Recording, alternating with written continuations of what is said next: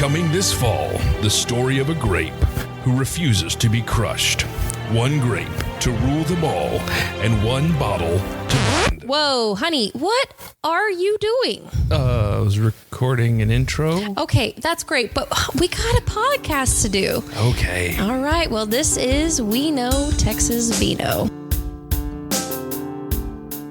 Hey, everybody. Welcome back to We Know Texas Vino. And I just want to say that, Michael, I did miss you on episode 37. I heard you did one without me. What's up with that? I'm sorry that you had to work. Yeah. Actually, I listened to it this morning while I was walking, and it was fantastic. So you did well. Well, I did a lot of walking, and then I did a little running, and then I pretended like I was running more, but I was walking.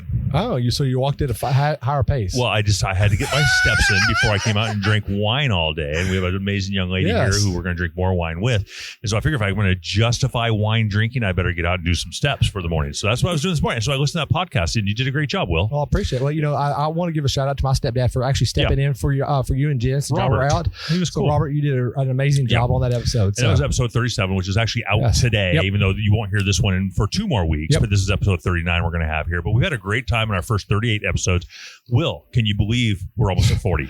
It was just yesterday we started doing this podcast. So we started doing this podcast 40 weeks ago. Has it been 40 weeks already? Well, it's our 40th podcast coming up, so it's been about 40 weeks because we missed 2 weeks. So we started this on January 18th of this year. And so we're actually listening to around 29 countries. Yeah, we're 29 countries, thousands of people. Yeah, thousands of people. We even have a few Texans on board. We got one Texan on board. Yeah, there you go. She's already getting into this. Tiffany said she's from Lubbock, so she's a Texan, so that's very good. But yeah, so we've had a great time, and we're just excited for all the great growth. And of course, we're already setting our goals, kind of our path, our vision for next year, which is going to be even more extensive, especially in East Texas, West Texas, over in the Lubbock area, which is cool. And then even down south, and even, everywhere. We're going to hit every corner of Texas. But this is a big state, so it's not like it's some sort of like a simple little hopscotch game. Yeah. This is serious stuff, so we're going to get after it. Oh, yeah, most definitely. So, if you're hearing this, if you want us to come out there, by all means, send us a message. We will love to come out there.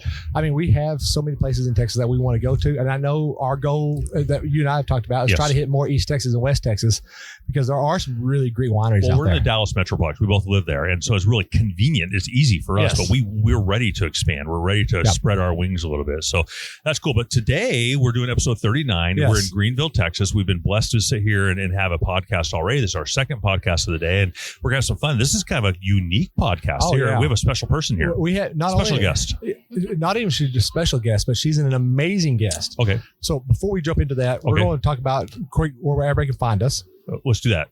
So you can find us at WeKnowTexasVino.wine. .wine. You can find us on Facebook at We Know Texas Vino. And then, of course, at any podcasting platform out there. Absolutely. I just tell people, any social platform that hosts a podcast, we probably are on it. In addition to that, go to WeKnowTexasVino.wine, which is pretty cool. So we're out there, guys, and we're having. Here's my thing. Here's my takeaway. Tiffany, you'll like this. I think you're probably like this a lot too.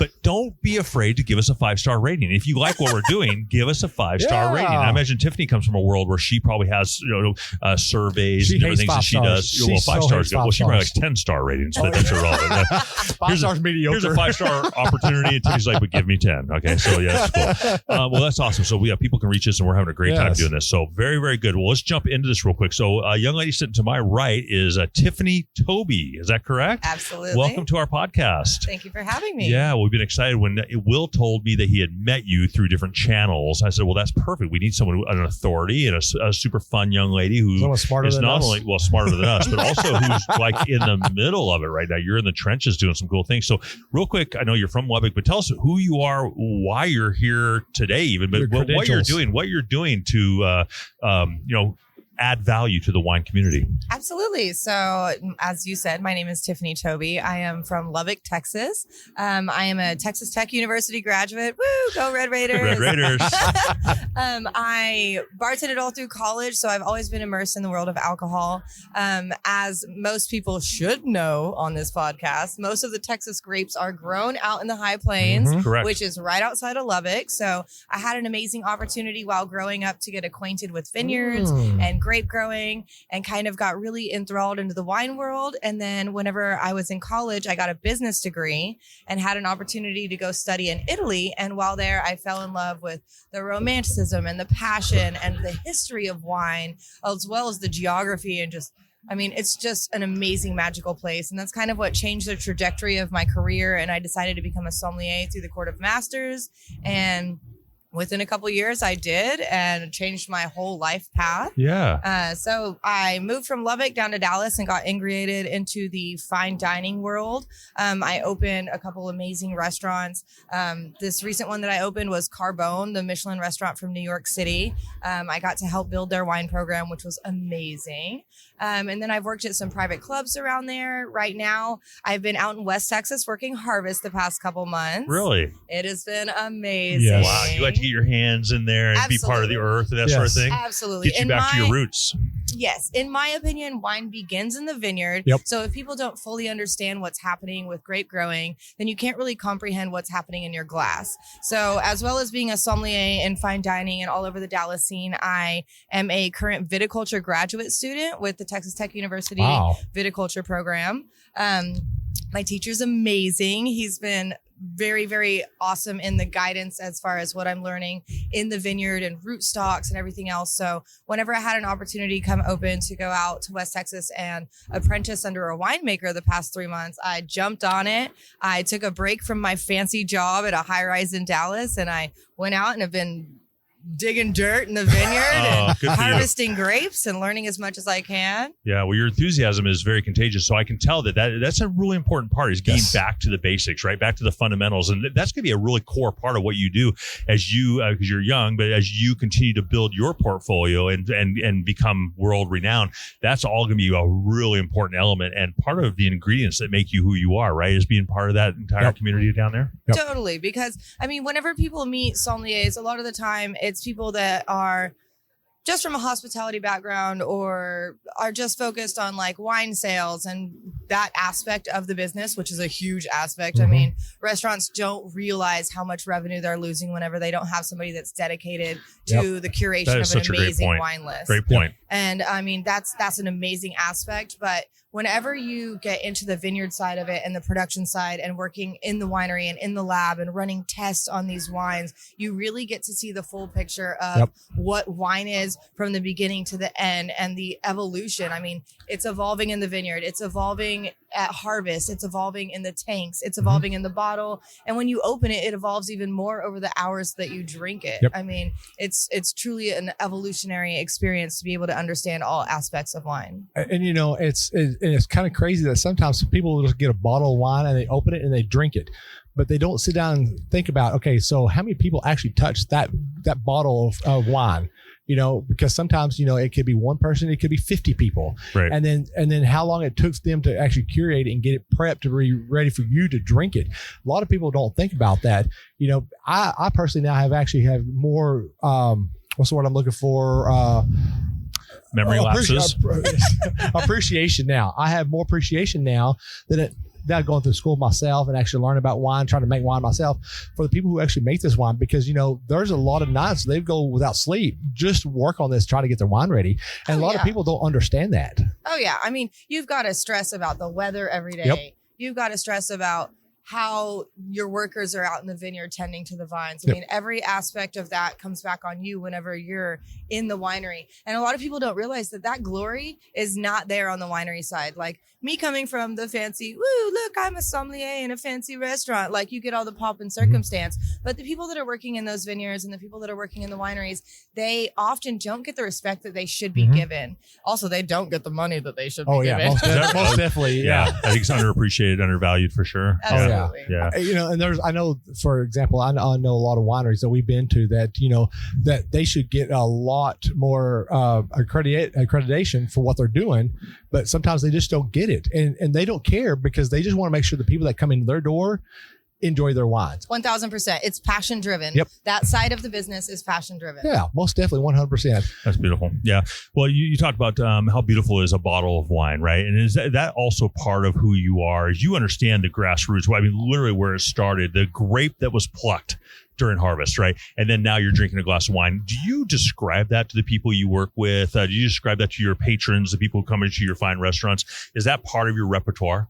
Absolutely. I feel like, I mean, I don't want to sound a little bit boisterous, but I feel like I have a bit of a leg up as far as my table presentation in fine dining, because I can present you a wine, give you the story and the history of the producer, but I can also tell you like what's gone into it, the love that has been put into those grapes, or how old the vineyard is, or how many generations have been making that bottle. And I feel like that it has the ability to bring things to life a little bit more than just your average story that people learn from a trade tasting or something. Right. And so having that comprehensive knowledge makes you be able to portray to people exactly what you want them to feel whenever they're tasting the wine. And that can change your entire dining experience, as well as giving a recommendation to where you can pair a food that goes with the wine that will glorify both of them. Not just glorify the food, not just glorify the wine, but bring it all together. Melody. I call that melody or harmony, right? I always talk about that. It's beautiful. I will have to say this, that I've been drinking wine now for probably a little over 4 years now. Rookie.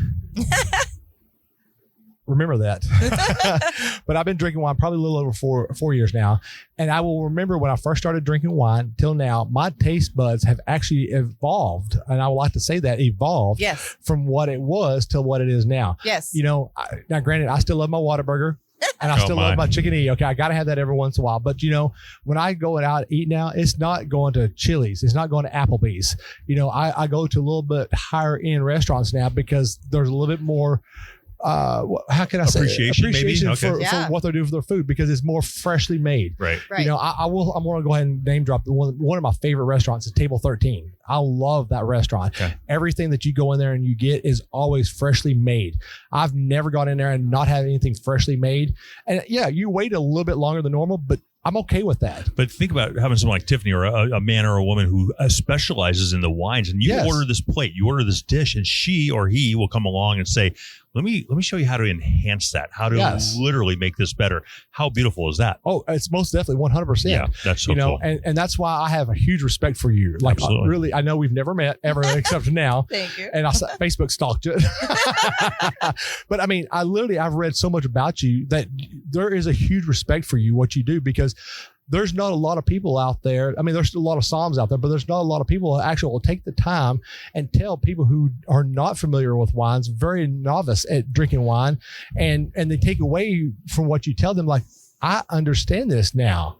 Yeah, and that's definitely one of the most rewarding things about being in my position, is because I'm not just here to try and get you drunk. I'm not here to just try and get wine sales. I'm trying to create an experience, something that's going to be memorable and pleasing to you, to where hopefully you come back to my restaurant or you come back to me to curate a tasting experience. I also have an LLC called Tiffany's Toast, where I partner with chefs and I do private dinners where I design pairings with foods and I educate people about different regions. And so that's been a huge aspect of the fine dining world that I've kind of taken a chunk of it and been able to bring it to the people, because I can do private events and I can curate things specifically to people's taste buds that you're not necessarily going to go to a restaurant and just be like, hey, here's 8 different wines that you should try with this dish and see what you think about each one and the pairing and what does it do for you.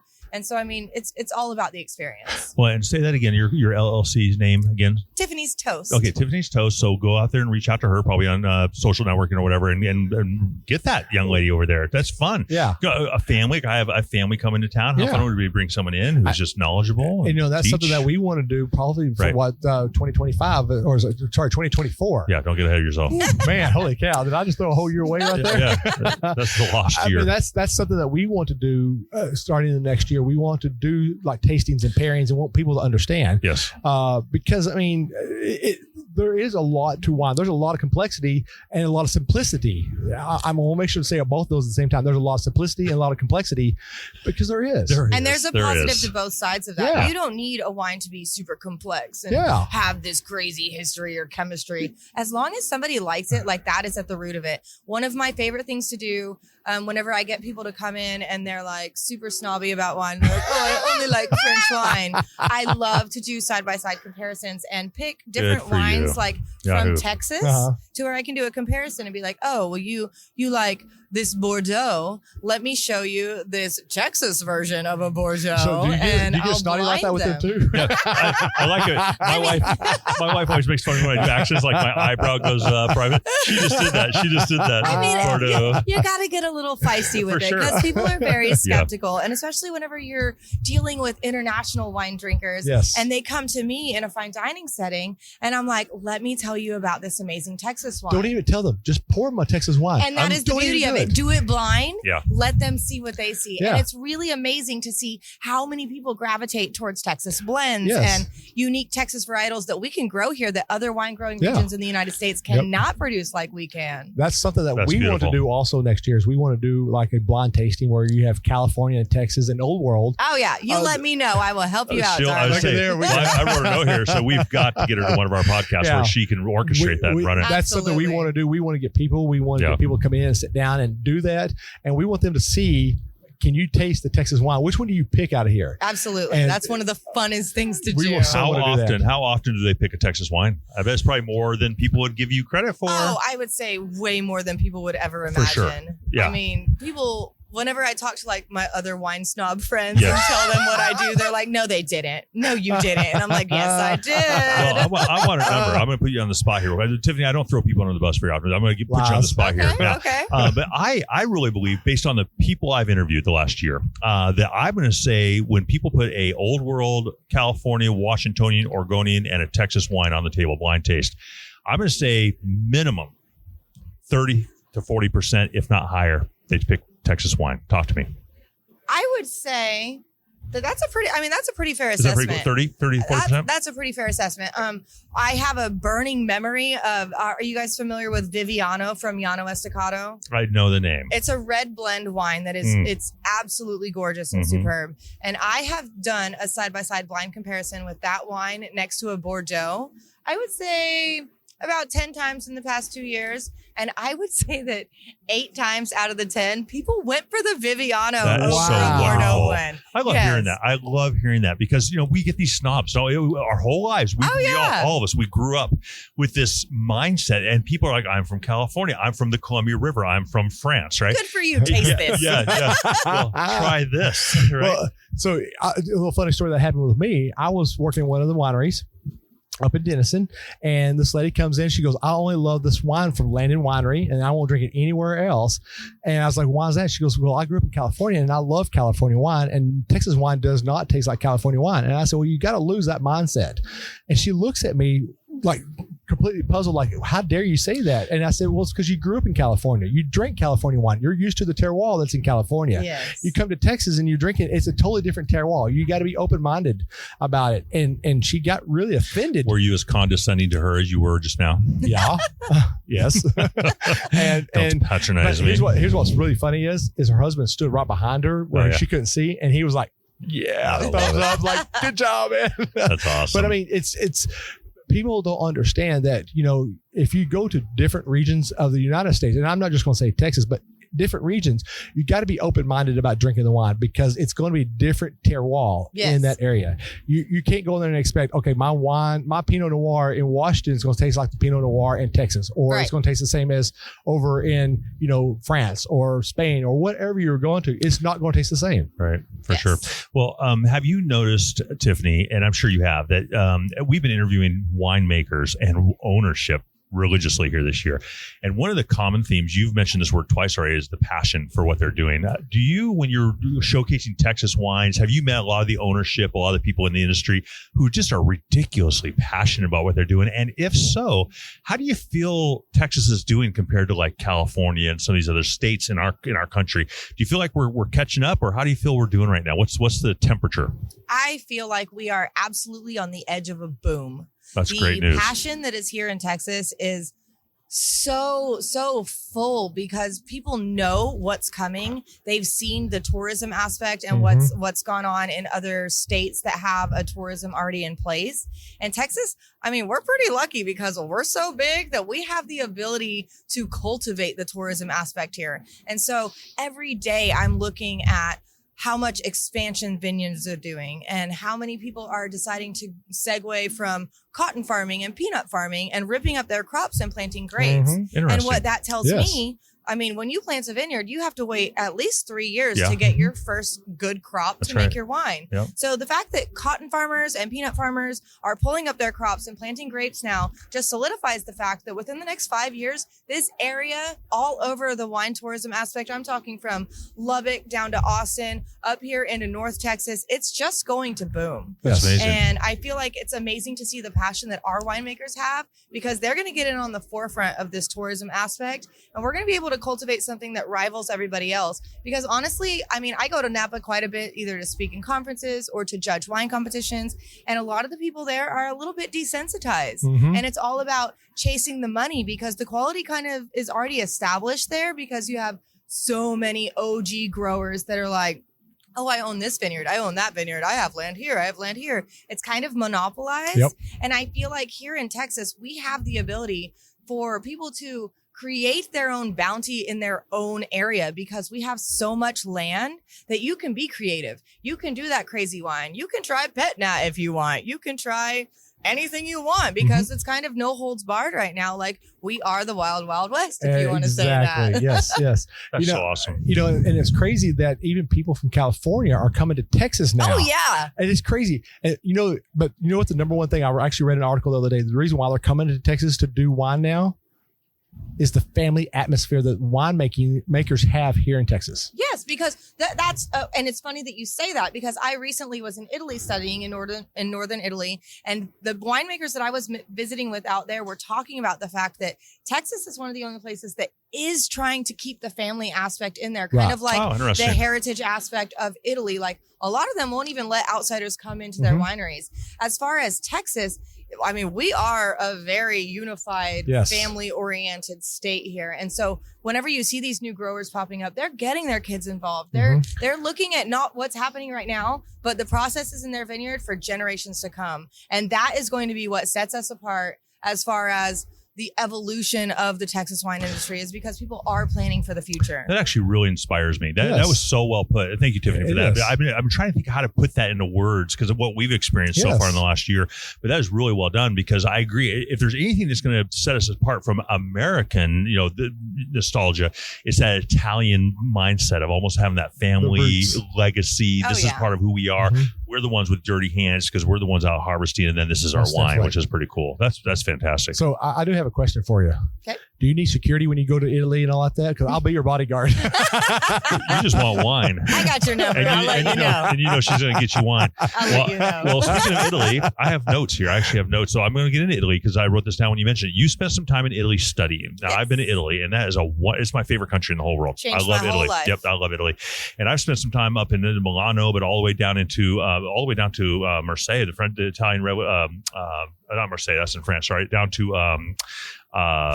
the Italian Riviera, basically. Yeah, Cinque Terre. Down at the bottom. Yep. Yes. And so, thank you. And so, where were you in Italy, and what are some of the areas there that you're really fond of? And then, I think Texas is a lot like Spain and Italy. Even driving up we were up into Blue Ostrich the other day. Oh, yeah. At first, I thought it was like, those are Italian hills right there. That's so cool. So what are you seeing comparisons with the European, because you were there?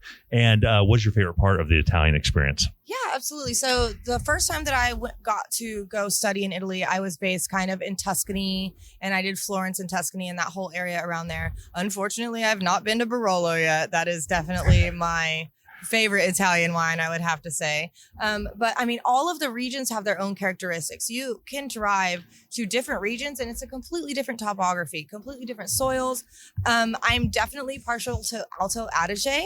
So that is the very northern part of Italy that borders along Germany and Austria. So above Milan, probably up in that area. Up in there. I'm talking right at the edge of the Dolomites and the Swiss Alps. You're just sandwiched in between all of these different mountain ranges, and there's lakes and there's beautiful topography that gives a unique characteristic to all of the grapes that are being grown there. I fell in love with that region. It's probably the most beautiful part of Italy that I've ever gotten to visit. Okay. But I mean, the similarities between the grape growing and our climate, there are a lot of that, which I'm sure that you guys have experienced. Amazing Texas Sangiovese and I mean, it's beautiful that we are able to mirror their growing conditions and use these Italian varietals to shine for our own spin on a Texas version of those wines. That's beautiful. Most definitely. Well, you said it changed your life. I think one of my top 10 moments of my life actually is Sorrento, Italy, which is south of Naples. It was just beautiful. I was sitting on the cliffs of the Mediterranean with a glass of wine. I don't even know what it was. It was a beautiful red wine. A €5 jug of house wine that's better than everything else. Oh my gosh. So I'm just going to say this here. Brother. I'm jealous because I have not been over there yet. You gotta go. I have not tried any kind of old world wine at all. So, if any of our listeners want to pay for my trip over here, I will definitely take that. Okay. Well, we're planning on going maybe to Spain next summer. So one of our goals is actually next year, hopefully, to have a trip, a We Know Texas Vino trip overseas, to do an old world tour. Drag her. I'm sure we'd have to drag her along. Oh, she'll be kicking and screaming the whole time. Yeah. Oh, I could help you while drinking wine. Well, it'd be great. Well, that's awesome. Cool. Well, another thing I wrote down here is I know Texas Tech is kicking butt right now. There's some great schools going on. We know about Grayson College, which we're extremely proud, especially in this area of Grayson. But I've heard many people talk about the viticultural program at Texas Tech. Can you kind of just expound on that? We have a lot of listeners who are excited to maybe dive into that atmosphere. And so what can you tell us about that great program and your experiences there as well? I mean, couldn't brag. Go Red Raiders. Absolutely. Yeah. I love that you asked me this question because I cannot cheerlead enough for them. Of course, I'm a Red Raider already. That's where I got my undergrad. Pretty obvious. There's not much out there in West Texas besides alcohol and football. So, you got to embrace both sides. But the enology and viticulture program that they have going right now is rivaling some of the best programs in the state.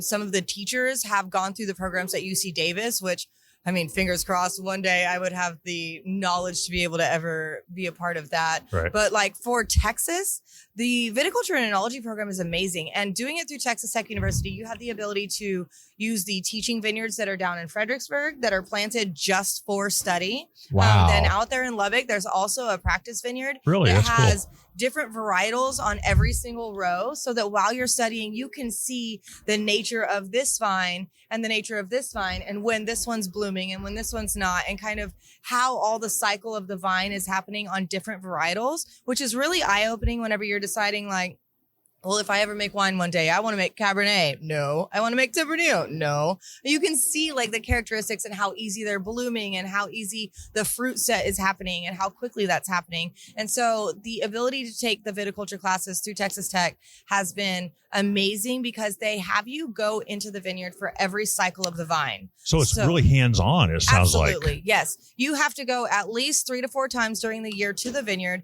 I'm talking planting grapevines for the beginning cycle. You have to do the netting and the pruning. You have to do harvesting. You get to see every cycle of the vine. And so for somebody that's really interested in growing grapes, it's not just some online portion where you're reading a textbook and memorizing rootstocks. No, you are in the vineyard. You are getting your hands dirty. You are seeing what happens. Well, that's one of our things. Anything you do in life, you want hands-on experiences. You want mentorship and you want coaching and you want, inspiration. But that sounds amazing to me. That's why they're thriving so much now. And I looked at a lot of different programs. Did you? Okay. And I was surprised how many are just here's a book. You take some online quizzes. Well, I think that's where he's going, maybe. Here's what here's what drives me kind of crazy. Be nice. Is A&M is an agricultural college. Don't make me talk about A&M. Well, no. I'm a UT person. Okay, so or that college either. Okay, but A&M, you've been an agricultural school. You would think they would have the leading in viticulture and enology. Yeah, you literally thought that. I actually just read within the last 2 years they just introduced that into their college. Yeah, and a lot of people are doing that now because they're seeing where this industry is going. They're seeing where the state is headed. This state is just booming is not even the word. Well, I think it's exploding. I think every major Division I university will have some sort of a program like that in the next couple of years because things are really hopping right now in the state. There's not a single state in the United States now that is not producing their own wine, whether that be fruit wine or just something that's fortified with spirits. Every single state now has a wine industry. Interesting. Yes. I did not know that stat. That is crazy. So, like you said, I'm a hands-on person. I'm 100% hands-on. So I've actually got Mourvedre, Grenache, and Tannat growing in my backyard. Oh, wonderful. And they were growing really great. In fact, actually, my Grenache, within a week after putting them into the ground, they already had small clusters growing on them. So I had to clip them off there. Now, I have this amazing 4-legged white Great Pyrenees that I love to death. I see him. She's beautiful. She was beautiful up to that point when she had the vines in her mouth. Did she get a timeout? And she realized that she was in a lot of trouble. And she actually tore all my vines down, which, I mean, for the first year, it needed to come down anyway, to get ready. So now that she's done that, I've actually learned something from that I need to build something because, I mean, granted, she's a dog, but that makes me think about, okay, well, when I do this, I need to protect against the birds. I need to protect against like armadillos and raccoons and whatever feral animal are out there. So I need to protect against that so they won't get those. Granted, I'm not going to make a bottle of wine out of that because there's not going to be enough, but it's there for me to learn. It's what that's for. Right. I'm a hands-on person. I've got wine I'm making right now in my house. It's Tempranillo that I'm ready to fix and put in a barrel. So it'll be ready in April. I'm a hands-on guy. I'm at class with Grayson right now, and Andy, who's teaching the class there, he's such a brilliant man. But I'm a hands-on guy. I need to learn hands-on. And so that's the only way I'm going to learn this stuff. And so I'm excited about working under a lot of the different winemakers here in North Texas so I can get more experience and then get that experience and eventually open my own winery. Absolutely. I knew you had a point. I have no points whatsoever. I just ramble on because I like to hear myself talk. No, it was awesome. I knew you were going to get to it. I'm like, come on, Will. I knew you had this in you, brother. And you did. Hands on. I love it. Thank you. My folks say I always ramble on and don't ever have a point. No, well, you had a point. You got to it. Thank you. Just took 20 minutes. I have to kick you under the table. But, well, I want to talk about Texas Tech and what they're doing right there, the value of that, and all the people who want to do something. Would you say that Texas Tech does have, in fact, not because you're biased, but they do have the outstanding elite program in the state of Texas right now? 1,000%. And why do you say that? It's just because because you've also experienced it? Yeah, well, I mean, before I decided to go the graduate school route and really dive into the viticulture aspect, I visited several different colleges that have current viticulture programs, and as well as Texas Tech. I mean, I investigated all the routes, and Texas Tech just kind of blew me away as far as like the pioneering technology that they're doing. They have really invested a lot of money in the machines that you use as far as like whenever you're harvesting and you test like sugar levels and acid and pH, they've really invested in all of the lab products to where you're going in with state-of-the-art things. Like you're not just winging it in the vineyard for some program to get a degree. Right. Like they are getting all of the state-of-the-art things, as well as the teachers. Like my teacher has been such an asset and a resource for me, and he's been super patient and amazing and just an amazing teacher. Even on the other side, like the Enology, they have a wine business program now. All of the professors are amazing. And I mean, it blew me away as far as the quality of the teachers, the quality of the learning, and as well as like the timeline of what you can do and make it work for yourself. Okay. Texas Tech is just dominating. Well, Michael Cook, we interviewed him. You probably know Michael Cook really well. He's a phenomenal dude. And we expected this bow tie, 68-year-old guy to walk in. And this guy came in like he just got out of a frat house, right? And so we're pretty excited to know Michael Cook. But he was saying that I think Texas Tech, are they modeling their program after the UC Davis program? Yes. Because anyone in California knows UC Davis is the place to go, right? And I think there's a place in maybe what's the name of that town outside of Frisco? I can't remember the name of it now. Dang it! My buddy played college baseball there. University of California. Anyway. But UC Davis is the one, right? Yeah. And so Texas Tech is kind of taking that in there, and now they've got that name for it. So people who are listening who want to do it, that's certainly an option for them to go after that. So I want to say this right quick. So are you part of the Texas Wine Friends page? I am. So do you know the lady on there named Lori Ware?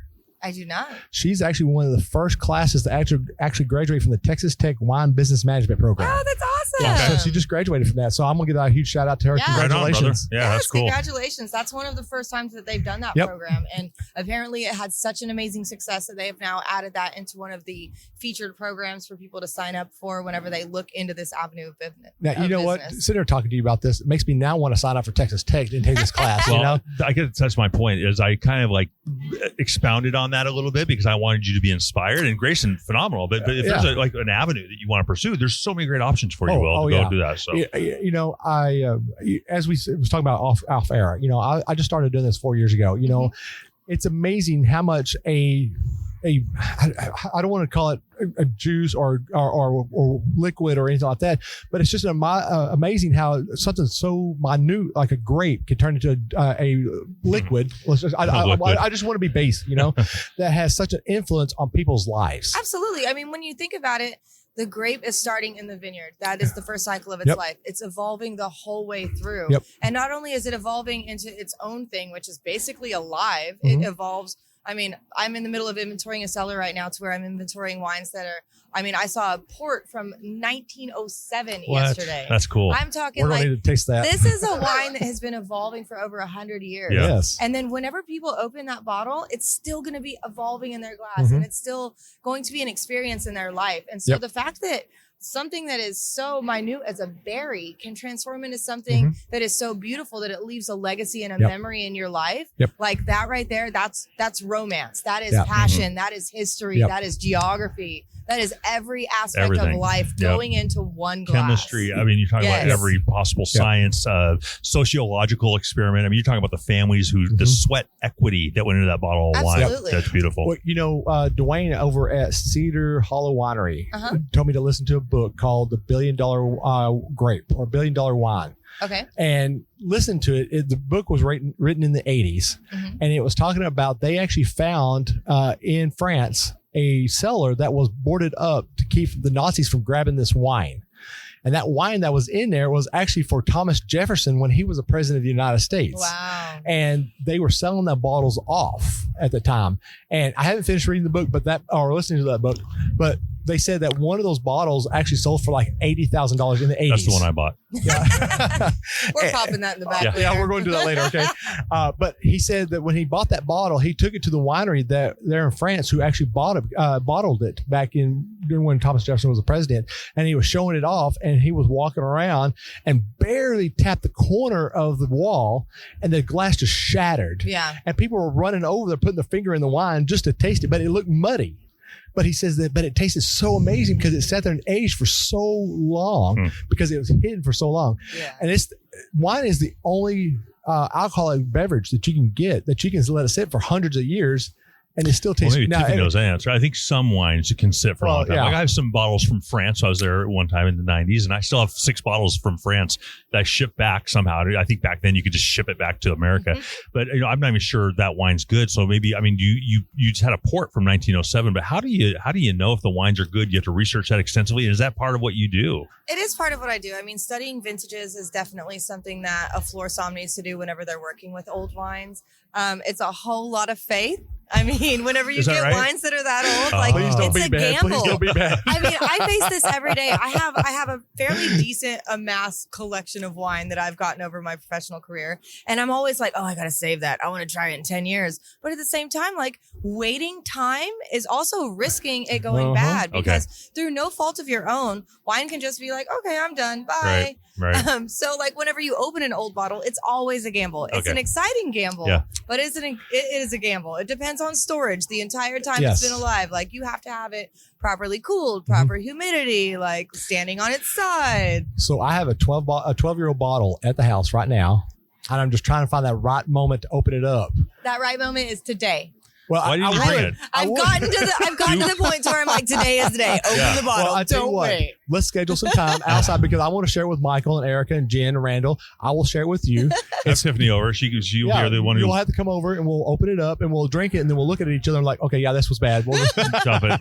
That's part of the beauty of it. You might just have to dump a 12-year-old bottle of wine. I mean, and sometimes it's so old, you're like, I'm going to drink it anyway. Well, I would try it. I have it in my dual climate Vino temp. Yeah. It's in the very back corner, so it stays the coldest. Yeah. And I reach back there every so often and I'll reach way back there and I just kind of twist it so that it keeps the cork kind of wet, you know, make sure everything stays good on it. So mine is all sitting on a furnace.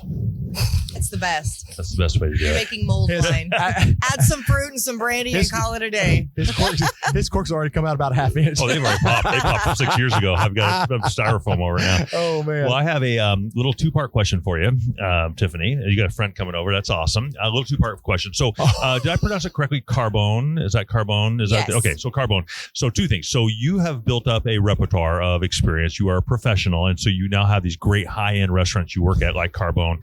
How do you select the wines? What is the process for that at that establishment, for example? That's just an example. And what did you have to learn? What kind of training did you have to go through so you're able to confidently do that? Does that make sense, that question? Yes, it's a big question. Absolutely. You have to analyze your clientele. So first of all, Carbone in Dallas is not the same as Carbone in New York City. We have a different clientele. Of course, you're going to have all the benchmarks of Italian wine. But whenever you're thinking about Dallas is a Napa cab city. Okay. I mean, as much as everybody doesn't want to admit it, that is as far as Napa sales, Dallas is number 2 in the entire United States. Wow. Interesting. Yes. I mean, we are a cab drinking city. We love Napa. So whenever I was working with my team to figure out what to put on our list or how to configure our selections, you have to look at the benchmarks from Italy that you definitely want to showcase, but you also have to import different things that are going to have the locals that are used to like Napa cab. I don't want to step out of that box. You have to please every category of clientele. So even though I would love to sell you champagne and Barolo all day long, there's going to be those people that come in and they're like, I only want Rombauer Chardonnay from Napa. That's all I will drink. Robotic. And you have to be like, okay, I have that, but let me introduce you to something else. So whenever you're figuring out a wine list for something that's on that scale, you want to think about the things that you know everybody already wants to drink and have something in your back pocket that you can pull out and be like, oh, well, if you love that wine, you should try this. It's got a similar taste profile. It's from a new region, a new country. See if you like it. And that's also taking on a risk for yourself, because if somebody doesn't like it, you have to be prepared to be like, okay, well, you got to get a rebuttal. I'll take that away. Let's try something different. And so you have to be sure that you are going to introduce something that's going to be in the flavor profile of what people are looking for, but also be something that people can experiment with and have just a full breadth of different bottles to appease every market. But that takes a lot of experience. I mean, you've put in some time, right? And you weren't great at it at first, just like anything else. It's like being an athlete or an actor, trial and error. And so you have to really be understanding it. And you fall down on your face a few times, but mostly you just have to get that experience in. But so Carbone, which I wrote down, that sounds like I've never been there, so I'm excited to go there. Where's this at? That's down in Dallas. It's in Design District. Oh, we may have to check that out. We'll have to go watch her in action. I'm not there anymore. You're not there I built anymore. their program. No, but that's definitely one of the coolest wine programs I've ever built. That was to this date, that's my only exposure to a Michelin level service.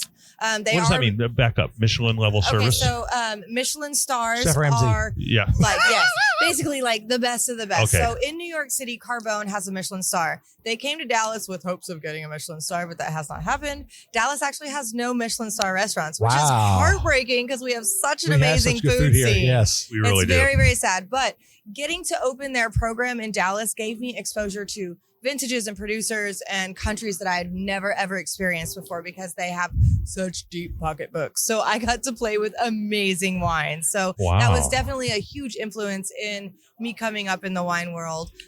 Lately, I've been doing a lot of private clubs and just different wine programs for different styles. But my niche has always been steakhouses. So going into Carbone and just configuring to an Italian menu was awesome for me because my root of wine study is in Italian wine. And so getting to do that, it was almost like a symbiotic relationship that I've been waiting for, being able to do Italian cuisine with Italian wine. That is amazing. And I'm hungry. Yes. I wanted to be My stomach literally just growled. That's so awesome. So where do you actually work now? Right now, so I've been out doing harvest out in West Texas. Right now, I'm doing a bunch of gigs with Tiffany's Toast. I'm doing a lot of cellar configurations and wine list building for restaurants that are opening. I'm in the middle of deciding which avenue I want to go back into my full-time job. I decided to go do harvest for a while and have a little vacay, I guess, if you will. So we may have to convince her to come with us one day to have dinner somewhere and have her pick the wine out, pick our food out, and we just eat what she tells us to eat. Absolutely. She's got time on her hands. That. She's got time on her hands. I mean, she met us out here in Greenville, Texas. Why? I mean, come on. I mean, well, we're grateful for that, of course. Yes. But well, I will have to say that have done a lot of research about you online, and I will have to say that from everything I read about you, you're an amazing young woman. I don't know your age, and I'm just going to leave. I'm just going to say never like go that. there, Will. Don't you know that's taboo in the radio world? Yes, never go there. I've never been in the radio world, so it doesn't work for me. But you're an amazing young lady, and the things that you have done for Texas industry. I mean, you've done a lot. Even for being a som, you've introduced a lot of stuff into different restaurants that typically probably would have never been there. And so I want to commend you for doing that. Because sometimes you got to step out on that ledge and say, I'm going to do this because no one else is doing it. And that's what you've done. Yeah, absolutely. There's been a lot of restaurants that I've worked at whenever I got hired that were like, we don't carry Texas wine. People don't drink that. And I'm like, oh, well, let me change that for you. Yeah. And that's what being a good somm is about. It's about introduction and teaching people about something so that they can understand it. And so every program that I've ever worked at, whether it's an international company, whether it's a chain, whether it's a mom and pop, I have always put Texas wines on the map and love teaching you people have about exceeded them. my expectations. Seriously, I mean, I knew this would be a great podcast just because I know you're intelligent, you're a thriving entrepreneur. She's not intelligent at all. No, she's very smart, but it has exceeded because I'm so proud of you for incorporating Texas wines, because this is an awesome thing happening. And we're just experiencing it with We Know Texas Vino. We're all doing our little part to really enhance this, right? To get this going and to get the energy going. But you said three things today to me that I'm not proud is a stupid word. I'm more just like really impressed that you have incorporated that. So keep doing that. I think it's a really beautiful part of what you're trying to accomplish here. So I do have the next question, unless you want to finish. Go ahead, Will. So I want to touch on a quick, very touchy topic right now. Like it's like the most taboo topic right now in Texas. Other than her age? Yeah. So what is your take on the whole state fair not offering Texas wine in the wine garden? Well, I mean, I'm highly disappointed in it. So I have a comparison on that because I judge the Houston Rodeo Wine Competition every year. Yep. I'll be there next month to judge for this year's rodeo, and they have a Texas wine garden, and it's one of the most popular things. And they serve the winners out of Texas wine, and then there's an international category as well. But they serve those at the rodeo for the entire season based on the wine competition. I do feel like the State Fair of Texas embraces so much about Texas cuisine and Texas food and producers and all of this stuff. I am a little bit sad that there's not a Texas wine garden in there. Yep. I feel like it deserves to be there. I also feel like that's not necessarily permanent. I feel like, pardon the pun, I feel like it's very fluid. So I do feel like that's going to change. I think that it deserves to, and it will come back. Well, I mean, you've seen the post on the Texas Wine Friend page that Paul started from Messina Hoff. I mean, it just generated so many topics and conversation on there.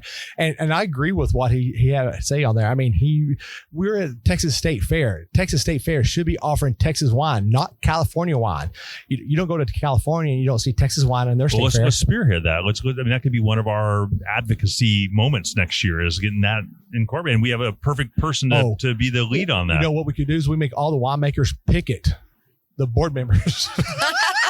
Well, I think that'd be really cool. And so it is disappointing. We went together to the state fair, and we took, my wife was with us, and we were a little disappointed to see they had one Texas wine in there. So they had McPherson and Reddy. Oh, that's right. Yeah, McPherson. They had those two on there. I didn't even know that. Yeah, they only had McPherson for a red. They had a Reddy for a rosé, and I think they had a McPherson for a sparkling. Yeah, I think it was. Yeah, McPherson's sparkling. Yeah. But I did find out today that if you went inside the Go Texas building, where it's all about Texas stuff, they did have a couple of wineries in there, but it wasn't part of the wine garden. Oh, okay. Yeah. And I think that needs to be the serving Texas wine needs to be in the wine garden. That is your priority. Interesting. Yeah, that needs to be pitched. New Year's resolution.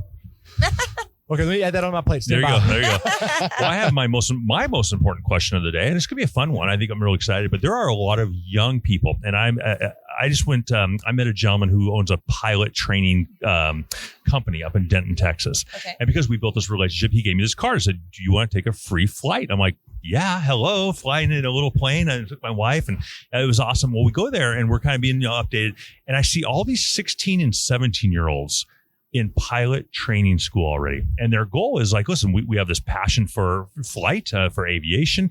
We want to get head start. They're in high school already becoming pilots. So when they graduate from high school, they go into a corporate flying program and literally can fly jets.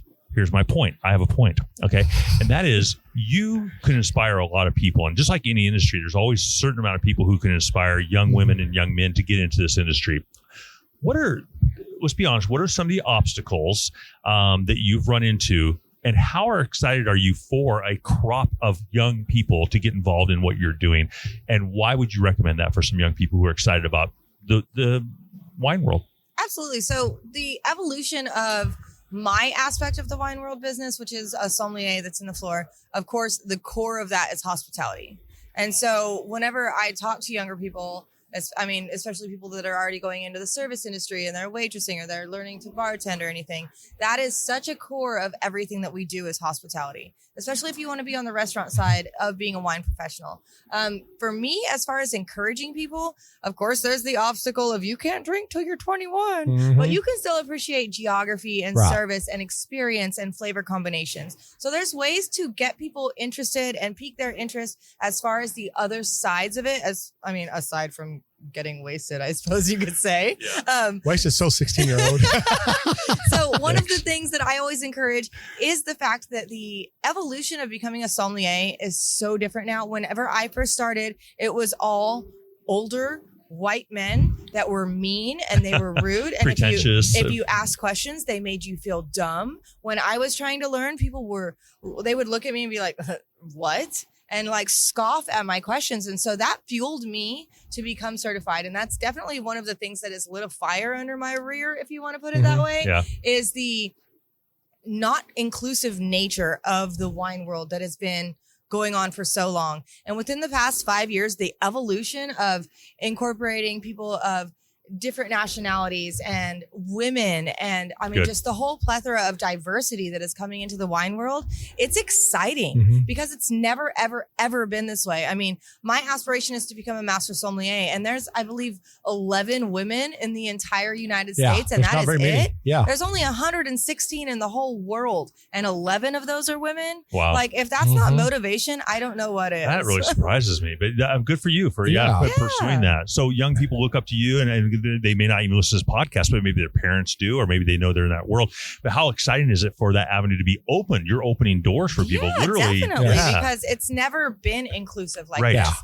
And I mean, a huge trajectory of the wine world is being inclusive now. And I love the fact that movement has come about. I'm actually involved with a mentorship that's called Batonage. That's my next question. That's so awesome. Seriously, tell me about what you're doing with mentorship. That's so cool. Yes, good for you. So there's I told you she was an amazing woman. Seriously, she just read my mind. There's a group that's called Batonage, and it started out in Napa, and it's women wine professionals that are trying to encourage other women to learn about this industry and just, everybody, not just women, but just be more inclusive and include people into educational opportunities. And you mentor people and like teach them as they're coming along to try and get involved with this avenue of wine altogether. And that would be in the vineyard, in a winery, in a restaurant, all aspects of it, in media, in podcasts, in social broadcasting, all of it. Like, the ability to have a sounding board is something that's so valuable that so many people don't have whenever they're getting into wine. I did not have it. I mean, literally, I'm pretty sure that my wine journey was fueled by ego because I was told so often that I could not do this entire career that was male-based and snobby and stuffy. And I mean, I'm here to break those borders and break those bounds. And that's what I want to do and help other people do it along the way. Well, that's my question. And we're rooting for you big time. But that is, do you see yourself in a mentor, relationship with a lot of young people who are excited? Are you excited about that part of it? Being a coach, being someone of influence and helping those people out? Yes, because whenever I got into this, it was so difficult not having that sounding board, not having any guidance, Googling things and being afraid to feel stupid or afraid to look dumb or afraid to put myself out there. So yes, being a mentor is very, very important to me because that guidance can change somebody's entire life. We give nicknames all the time. We're going to call her the Queen. She's going to be Queen Bee here in Texas because she's going to mentor and coach hundreds of people. Queen Bee will be great for her because one of her favorite artists actually has an album called Queen Bee. Oh, how do you know that? Because I listen to the same artist. Oh, okay. There you go. You know who I'm talking about. Yes, of course. Well, I'm just going to say this. She and I have the same taste in music. She likes the band called Tool. Recently, Maynard James Keenan, who has a winery in New Mexico, Arizona, recently just became friends with her, and that's a big deal. Is he the one that brought the soil in from like Israel or something like that? Or I'm not sure where he brought it in, but yes, he blasted an entire canyon out in Arizona and had all kinds of soil brought in and kind of created his own terroir, which is really amazing for the wine industry there. I want to say this. If she can do this, I would love to have a special episode of, even though he's in Arizona, with him, because he's actually a very brilliant man. Arizona, Texas and Arizona wines. Yeah, but he's actually a very brilliant winemaker himself. I mean, he's a genius. And you become friends with him, and so him. Like and personal friend, but working on it. Working on it. Okay, Yeah. I thought maybe you guys actually knew each other. That's pretty cool. Trying to form some wine partnerships and help. He has a brand that's called Caduceus. Yes. Or Caduceus. Caduceus or something like that. Yeah. And so I'm definitely an advocate for his wines. I've brought Yes. his Nice. wines onto every program that I've ever worked, and they're actually pretty tasty for being from Arizona, which I was highly skeptical. I've not had any of his wines, but I've heard of his wines winning multiple awards. Yeah, I mean, they're doing some fun stuff out there. And I love his ideas behind his wines. It's just he's such a brilliant man. That's cool. Yeah. Awesome. Well, any final thoughts, Tiffany? What a pleasure. Again, you've exceeded my expectations, not as a person or as a professional, but just some of the things you've said have been really awesome. I think our listeners are going to really appreciate that, especially our young listeners who maybe are inspired. Not just our listeners, but also all the winemakers and all that. I hope whatever you're doing going from here forward just explodes. Really, really do. Well, fingers crossed. I'm going to France to make my first wine next month. That's so right. let's see. Security, I can be security.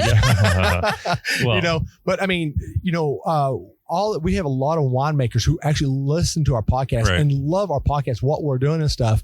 And I hope they listen to this and they take everything that you have said on here and they go and make more.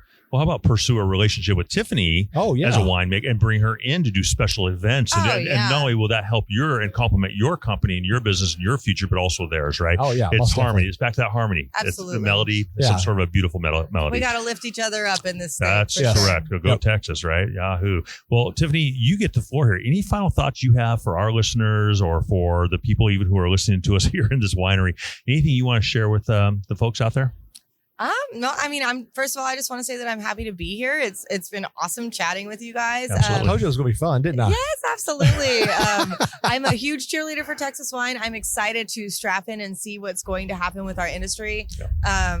If you're listening to this podcast and you're thinking about getting into buying vineyards, now is the time to strike. Yep. I mean, I'm super excited. I'm happy for what you guys are doing. I think putting Texas on the map and doing this platform and getting the word out to show people what amazing things are coming this way is going to make all the difference. Oh, yeah. We'd love to be able to have you on in a future endeavor as well. But, just kind of even capitalize on what we've talked about already, but also some of your newer experiences. Absolutely. You'll be back from France, perhaps, and we'll learn a little bit about that. That'll be cool. But we're grateful for you as well. So we do expect a couple bottles when you come back. Yes. We do expect a couple bottles. Absolutely. Well, in fact, we have some sponsors, and one of the sponsors you can utilize, right, with the suitcase. And have you heard of Fly with Wine? I have heard of them. Yeah. We actually got a suitcase from them, and we're just like, this is amazing. They are great, and I believe that they insure your product whenever you travel with it. So if something was to happen in a bottle break, a warranty, then they take care of you. Yeah. So cool. It's an amazing little thing, and in fact, the suitcase that they gave us holds a case of wine. That's a big one, and it has our name on it. Oh, that's amazing. Yeah, they took care of it. So that's a great sponsor. And then, of course, our Texas Wine Friends, our Texas Wine Lover app. And that's pretty cool as well. Of course, Jeff and Amy. Oh, you know Amy really well. That's how we got connected here. Is that how we got connected on here? Okay, yeah. Well, Amy's... first it started me sending a friend to her and sending her a message. And I know she ignored me. She goes, who's this putz here? Yeah, right. Delete. And then I had to text Amy. I'm like, hey, do you know Tiffany Tobey? Oh, yeah, she's really great. Here, let me get you in touch with her. So we have the Queen, right? We have the Queen Tiffany. And then we have Wonder Woman, which is, of course. So you do know we have nicknames for Amy and Jeff. Well, Amy is Wonder Woman, and Amy's Jeff Wonder Woman is the Godfather. Is the Godfather. Oh, my goodness. Yes. He is kind of the Godfather of encouraging Texas wine. Oh, yeah. So make sure when you talk to them, you refer to them as that. And they'll know exactly where it came from. And a little story about those two. We were down in Fredericksburg, actually on Amy's property, and we were blessed to be able to stay there and have some fun and did a podcast. We had a laughing fit watching those two try to do a spot on our podcast. Oh, we laughed so hard. So even though they're astute and they're amazing and they're servants and they're just amazing people, they also were funny. Oh, and we had a good time with them. Had a blast. Such a blast. They're fun. And then our last sponsor, of course, is Texas Wine Club. Have you heard of them? I have not, but their ads infiltrate my Facebook feed all the time. So funny as it is they did that to me too. And then I'm like, who is this fake people here? Get off my Facebook page, And then I found out they were actually a real company. So what they do is they take the best of the best of the best Texas wine, and you get a subscription to it, and you get to try different winery wines that you normally wouldn't get to do. Okay, that's pretty fun because I was pretty skeptical and I haven't looked too much into it, but now I'm going to have to check it out. Well, not only is it a great company and the concept is brilliant, yes, but the people who run it are really neat people. Like if they were sitting here right now, we would have a party. It would be really, really We've fun. already had like 7 bottles drank by now. Yeah. And based on your personality, you would challenge accepted. You would connect with them big time. They're all very spirited. They're all very intelligent, and they really have a great concept. So we love those Texas wine friends out there. And if you find them on TikTok also, they got, even though there's little segments are like what, 2 or 3 minutes long. Yeah. Great education. Sure. Awesome. Great education. Yeah. And everybody out there is so amazing. Awesome. Well, we're grateful for you, Tiffany. And thanks for your time today. We wrap up our podcast always with some takeaways and then a couple quotes. And so takeaway. So my takeaway here is how can I even put this even correctly? You know, use your words. My mom says the same thing. Well, you know, being a woman, it's hard for you to break into an industry where it is male dominant, and that's not just winemaking, but anything at all. And it's so amazing to sit and read about your accomplishments that you have done over the years in a definitely male driven society. And it's so great how you overcome adversity every time, and being one of 11 women in the state now. Well, she will be. Or will be. One day. Will be. Yeah. No, I'm speaking positiveness into it. Speaking it into existence. Yeah, speaking it into existence. It's so great that you're here on our show and doing this because we want to be more bigger advocates of Texas and Texas wine industry. You got it, brother. And you being here helps push that even a little bit further. Yeah, if she can inspire even a dozen young ladies to get into this industry, that'd be pretty darn awesome. Okay. Oh yeah. And then my takeaway is also pretty awesome. I just am really impressed with you're an excellent spokesperson for what you're trying to accomplish here. You're very high energy, and obviously you have some good grit as well. And so my takeaway is, good luck, man. Tear it up, sister. I hope you do very, very well. And I know that we'll be advocating for her. And keep trucking. There you go. That's a good old Texas term. Yep. And so you're going to do great. But just to see you thrive in this environment, which is really a fun environment, it's a fun social environment, but also to be kind of like the authority in that environment, probably feels pretty good. And also it's good for your ego. It's good for a lot of things because you're a confident woman, but also, just keep charging the hill, keep, shooting for the stars. Cause I think you could, just like Texas Wine Lover app, just like all these things, I think you could be a very impactful person in this Texas wine industry, and if not already, but you're going to do well. So that's my takeaway. Yeah. And I hope you would be on the show more. I hope this is not the last time. Every other show, come join us. Next week you need to be on the show. We'll be, the Tiffany moment that we have every single show. She swings Tiffany's in. Toast. Yeah, Tiffany's. I like that. Okay. Hey, a podcast show right there. Tiffany's Toast. It's, I know. 15-minute segment. All right. Well, I'm gonna do a couple quotes here, then we're gonna wrap it up today. But again, we're grateful for you. Yes. So a couple quotes. Man, I hope I haven't done this one already. Tyrion Lannister. I drink wine and then I know things. I love that quote. I drink wine and then I know things. Yeah, same. I mean, you've seen Game of Thrones. I hope so. Yes. Okay, good. And then my last one is so appropriate. This is for Will. This is for my buddy Will, who I love. Forecast for tonight: wine, low standards, and poor decisions. This is We Know Texas Vino. This is Michael. This is Will. Thanks, Tiffany. Cheers. Absolutely. Adios. Cheers.